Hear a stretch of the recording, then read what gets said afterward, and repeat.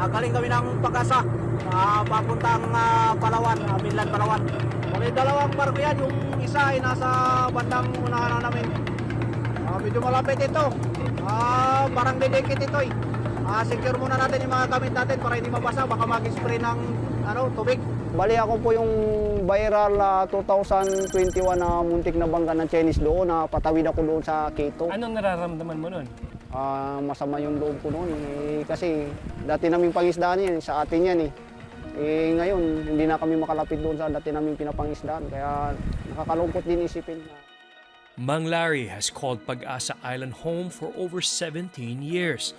Once a construction worker, he found a new life and livelihood out on the open sea. Today, he leads a charge for local fishermen's rights, even as he faces the hard truth, going head-to-head with a superpower is an uphill battle.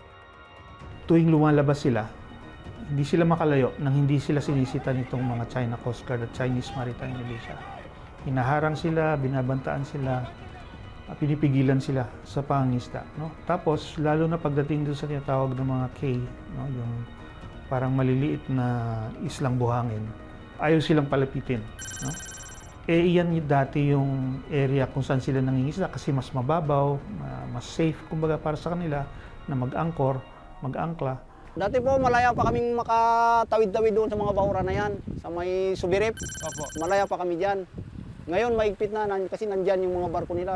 Nakakatakot ba? Nakakadelikado na sa aming mga mangingisda kasi ito yung mga bangka namin, ganito lang kaliliit yung mga bangka namin, sa kanila barko, delikado sa amin yun. Their lives are being constantly put in danger just for wanting to feed their families. Kinakabahan po kami kasi minsan nakikita namin sa mga social media na may ini-sprayan yung mga Chinese na mga bangka na mga Pilipino. Kaya nag-aiwas kami rin sa mga barko na yan. Pumupunta kami sa mga bahaging mababaw. Doon kami tago kami sa kanila. Yung mangingisda natin dati ay hindi na makalapit yan sa K1, K2, K3.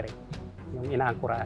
Malaking bagay ba yan para sa kanila na hindi sila Malaki. makalapit doon? Malaking bagay po yun kasi hanggang K3 doon ang medyo maraming mahulihan doon pag nangingisda sila. Umiiwas na lang kasi pagpapalapit pa lang medyo sa lubong. Anong mangyayari? Talagang sisingasan naman na paalisin.